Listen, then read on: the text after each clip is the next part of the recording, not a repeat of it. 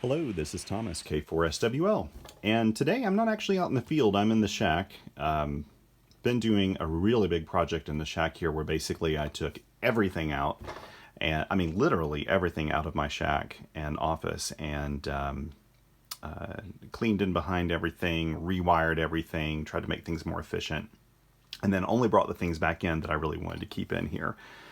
Turns into a 2-day project. I mean, like an entire 2 days. And I've had the house to myself for the past couple days. It was the perfect time to do it. And but I thought I'd take a break here real quick. I'm seeing a light at the end of the tunnel with my project, but I read a comment recently from one of our YouTube subscribers, a husband and wife team who are planning to get their licenses, and they asked about the differences between the Elecraft KX3 and KX2. Evidently, those are two radios they're considering purchasing when they get their licenses. And so I thought I'd speak to this a little bit. There are probably other videos and articles and things out there about this. I will not cover, specs and that sort of thing in this video. Mainly I'll talk about, as a user, what I think about these radios and some of the features that matter to me most. And these things change with time, I should say. As with any radio that you purchase, every operator has their own way of operating and what they do. And so I know these radios primarily as single sideband and CW transceivers and occasionally digital mode transceivers. So I'll talk a little bit about these, and they tend to be, I should say, the KX3 tends to be in the shack more than in the field these days, and the KX2 almost is exclusively a field radio. I think the best way to approach this is actually talk about each radio kind of individually, and then talk about their similarities and just kind of compare them. We'll start with the KX3 here. Now, I originally purchased the KX3. It was one of the very first production models of the radio. Actually, what I did was Elecraft sent me one to review. I was writing a review, I think maybe at the time, for it's either the Spectrum Monitor magazine or Monitoring Times. And they sent me one on loan, and I couldn't let go of it. I had to get one. So I ended up purchasing it from them, which is one of the dangers of doing radio reviews. I loved it so much I purchased one, and I've never looked back. I love this radio. But basically, at the time, this was one of the most compact field radios that you can find out there. There were other radios like the FT817 and the ICOM IC703, but the KX3 had even more features, and it even had better performance than either of those radios. It even had variable filter widths and everything, because it's sort of based on SDR technology. And so I grabbed one of these, I reviewed it, and really had very, very, very few negative things to say about this radio at all. If you want to read my review, you can simply Google Elecraft KX3 review, and my review will appear on most of searches. It's at the SWLing post. So you can check that out if you'd like to read more about it. But anyway, the KX3 is kind of cool. It covers from 160 to 6 meters. So full HF coverage into 6 meters, and there's even an optional 2-meter module that you can add to this to have multi-mode 2-meter if you'd like. I think the total output power on some of the bands is up as high as 15 watts. I usually run mine around 10 watts or lower, usually around 5 watts even for a lot of field activations. It is a radio that was built in the KX series with Elecraft, and the KX series, out of all their radios, so there's the KX1, the KX2, and the KX3. KX1 came around first. It was the first properly field portable CW transceiver. I own one and I love it. It is CW only though, and it can be configured in 2, 3, or 4 bands. The KX3 came out in 2013, if memory serves. I probably should have looked that up before I started this video, but when it came out, really, it kind of had everything that you wanted in a field portable radio. And what I really like about it are the top-mounted controls, the really large display, and what I'll do is hook up a battery to this, and you can kind of check it out. The Display is very, very easy to read in the field. High contrast. It tells you everything you need, and all the controls you ever need in the field are here right on the front. There is never, I so very rarely need to hop into like the embedded menus and start looking through here for things. Usually once this is set up, I just have no need to hit those anymore because I've got full VFO control over here, mode control. I've got bands up and down. I can check on, well, I can change the attenuation, the preamp, the filter settings here, the keyer, AF gain and RF gain are both on the same pot here. So if you press the, right now it's AF, press it once and it's RF. And I actually use RF gain a lot, especially during the summer when you've got stormy conditions and a lot of QR Nancy going on. Of course, it has noise reduction and all those things you would expect. And the KX3 has an optional internal antenna tuner, which is amazing. And I love the thing. You can even do, in fact, you can do this on both of these radios. They even have direct frequency entry. So for example, if I wanted to enter 9520, I could press this button right here, and then the key or mic button is actually the 9, and then there's 5 down here you can see underneath, 2, 0, and then hit enter, and it takes you to that. So it actually has a keypad on here, and that's just the amazing thing about Elecraft radios. They are built on customer feedback. They're made by people who actually use radios in the field, and it's proper iterative agility on these radios. I mean, every model gets better and better and better, has even better thought through ergonomics, and it's just pretty impressive. They're a great company. These radios are not inexpensive. The KX3, when it's configured with ATUs, and if you throw in any extra options on it, you could be staring anywhere between a $1,200 to a $1,500 radio or more, depending on what you put in there. Mine has the internal antenna tuner. I bought it with that, and I also recently added the optional roofing filter for CW, and I'm super pleased with that. And that is also one of the benefits of the KX3, is it is a little higher performance than the KX2. Now, in the field, would you ever even notice that? Probably not. Probably not much on field day, but I have to admit, when you have really, really dense RF conditions, like really closely spaced signals, the KX3 is going to perform better than the KX2 by a small, margin. Both are very great. I mean, they're both great performing radios, but the KX3, especially if you've got a roofing filter in it, is just pretty much bulletproof. Now, I should say, my KX3 has side panels on it. I think these are called Sidekicks or something. I bought them when a third-party manufacturer started making them. Very pleased with it because I don't have to worry about anything hurting my radio if I flip it upside down or whatever. But that's basically the KX3. The KX3, especially compared to the KX2, is more full-featured. 160 to 6 meters, optional 2 meters, roofing filter that you can add to it. It also has IQ out, so if you want to do a pan adapter like the Elecraft pan adapter, or you want to do your own, there's actually a little IQ out on here. It just has more bells and whistles and options than the KX2. So if you want 160 to 6 meters, if you ever plan to operate those two modes, that may make your decision right there. And you really can't go wrong, really, with the KX3. I'll turn this off and let's move this over now to the KX2, and we'll talk about some of the benefits of this radio. First of all, as you can see, it's way smaller than the KX3, but other than that, it has an awesome battery option. So I don't have any external battery hooked up to this. The KX3 doesn't need one either. It has a little battery holder to hold AA batteries. In fact, you can get a charging module that will charge those for you in the radio. But if you're using the transmitter, I just find that the batteries, I've never been pleased with battery life from the batteries I've put in there. So I just always use an external battery on the KX3.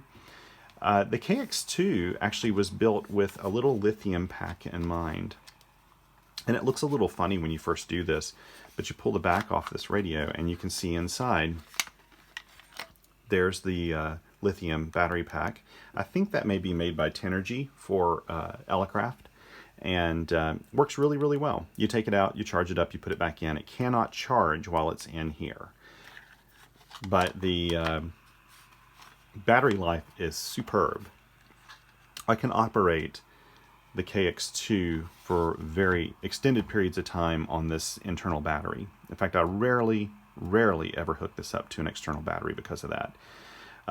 In fact, so the story of the KX2 is I'd already owned the KX3, and I believe it was at the 2016 Dayton Hamvention. On the way there, I learned that Elecraft was making an announcement about this radio, and I met up with Wayne and Eric of Elecraft before Hamvention started. I went over to their vendor table as they were setting up, and they really kindly showed me this radio so I could kind of get an idea what it was. And I looked at it and was just amazed at the size of the thing. I mean, it is like their original KX1, but actually a full coverage, I mean, a general coverage, full HF transceiver that operates, single sideband and CW and other things, the digital modes too.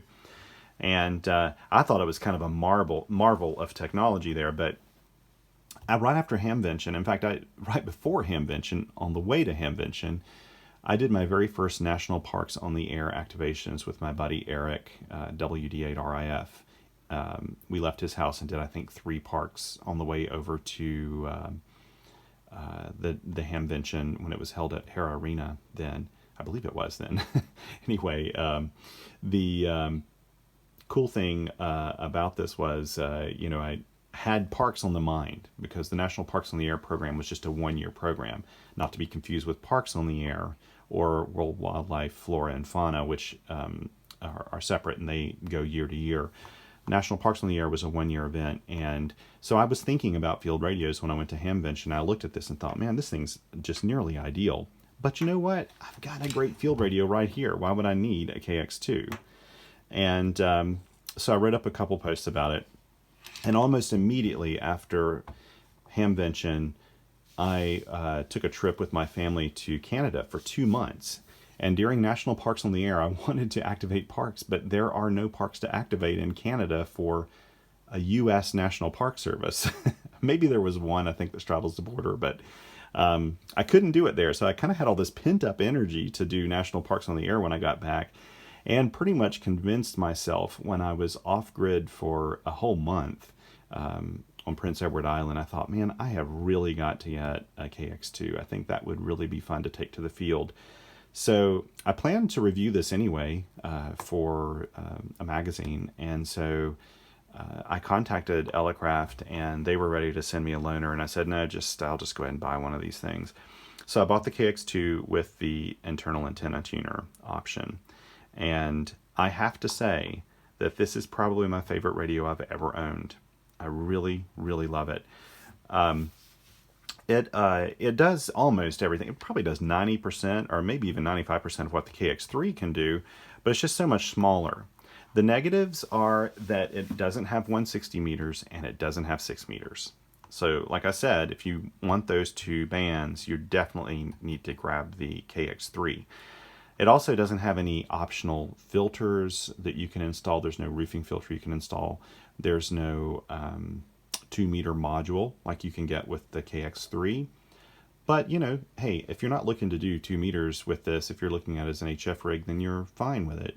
And I have to say that the battery, I was speaking to this earlier, the really cool thing about this battery is during National Parks on the Air, I probably made, I think out of my 91 or 92 total activations between August and December of that year, I probably made 85 of them with this radio, and was just super, super pleased with the battery life.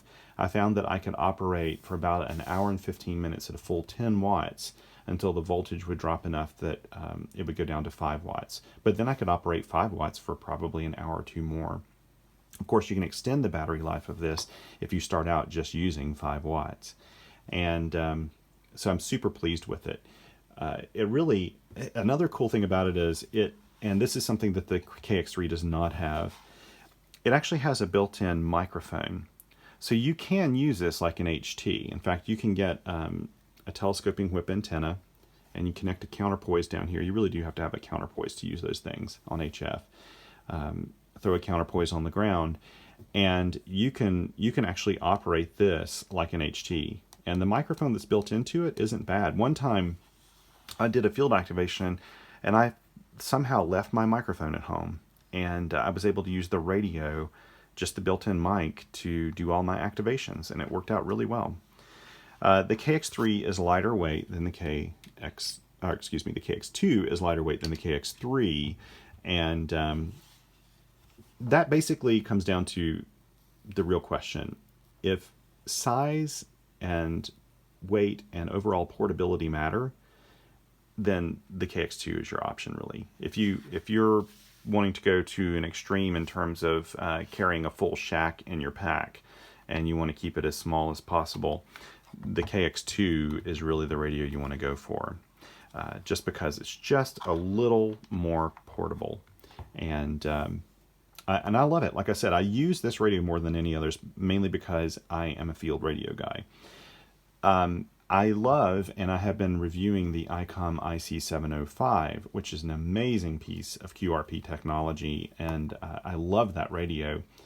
But the KX2 is still my favorite. If I'm going to an area and I don't know what to expect, like I'm going to hike in 5 miles to go to a site to activate it for Parks on the Air or Summits on the Air or something, I'm going to take the KX2, because if my resonant antenna that I bring doesn't work quite right, I can always hit the ATU button on this, and the internal tuner will match it each and every time. And this is so small, it fits on my clipboard with my logging sheet. So I don't even have to put it on a table or do anything. It can just sit there and works really well. Elecraft also makes paddles that you can connect up to the bottom here. Actually on both radios. There are paddles that you can get, so you can actually operate CW on the radio itself. I don't do that often. If I'm operating on my clipboard, sometimes I'll do that, but I actually like having my paddles separate when I can do it. I do think that one small advantage the KX2 has is first of all, it's just slightly more efficient than the KX3. I think its current something like 120 milliamps instead of 150. That's really negligible, to be honest, but it is slightly more efficient. But I actually like the AM mode reception slightly better on the KX2. I like to do broadcast band listening, and I have used this as like a shortwave radio receiver when I travel. When I've done one bag travel and I really just don't have space for anything else, I'll take this along, and I've been very pleased with it. What I tend to do is open up the AM filter as wide as I can, which I think is 5 or 5.2 kilohertz. And then I listen through headphones, and when you do that, you can actually turn on one of the audio effects modes, and kind of widens the audio a little bit wider. It sounds wider than 5 kilohertz or 5.2. The KX3, I think the AM filter width is just slightly narrower. I mean, I wouldn't make a decision based on that. Really, what you're looking at is portability. So basically, to kind of sum this up, because these are both wonderful radios, and you'll notice I own both of these. I have not sold them. I never will sell either one of these unless Elecraft comes out with something that can replace it, because I like both of them. Basically, if size and weight are important, go with the KX2, because it has a built-in microphone, a built-in antenna tuner option, a built-in battery option. If you're looking for expandability and just the very best performance, though again, it's not a massive difference between these two, you would probably want to go with the KX3. And you just have more options with you have 160 meters all the way up to 6 meters. You have pan adapter out if you want to, roofing filters, or you can do your own pan adapter with the IQ out for that matter. You just have, you actually have an option, like I said, for an internal battery charger on this, but I've always used external batteries with the KX3. And I'd say that if you're a hiker and a soda person, where you're carrying stuff in your backpack and you like to keep it really lightweight, go for this one. If you're doing the occasional backpacking trip, or tent camping or RVing especially, I would probably go with the KX3. If I had to pick one of the two, even though this is my favorite radio, but I could only have one of them, like if I had to move to, you know, an island for 2 years and only could take one radio with me, it would probably be the KX3, just because it just has more options on it. But and so if you're RVing or something where you're not doing really long hikes, you may go with this one. But again, this one can hike just fine. That's the reason why it's such a tough decision. When Elecraft first came out with these, I thought there just wasn't enough of a market for this, because the KX3 meets almost all those requirements. But I have to say that it was a really wise decision, because I think both are very popular radios, and there are plenty of people like me who own both of them for this very reason. My KX2 basically lives with me all the time, and it fits in this little pack. It's probably got leaves and things in here, but I have everything I need, all my adapters. I can hook, one thing I like to do with both of these radios actually is use one of these guys, and I hook it up to the antenna and put a radiator here and a counterpoise here, just 2 wires, and the ATU kind of sorts out the match for you. And actually, one of the things I've been doing recently is trying to remember what that magical number is for the length of radiator, and you'll see me doing a lot more activations with this, just because it's so simple and so easy. So you can fit this in your pack with this and a little bit of wire, and you've got everything really you need for doing an activation or doing field work. So it's kind of, you know, it's kind of impressive. Anyway, those are my thoughts on both radios. You can't go wrong with either one. But if you think that you want a few extra options, go with the KX3. If you're planning to do lots of backpacking and you want something that's really lightweight, go with the KX2. If you got any questions, let me know. You can comment on this video, and I'd especially appreciate any thoughts and comments from people who own these radios themselves. And let me know if you've got any feedback. Thank you very much, and if you don't mind, hit subscribe. That lets me know roughly how many people are watching. You'll notice I have no ads in my videos. There are also no edits in my videos, so I guess it's kind of a give and take. Thank you very much, and 7 threes.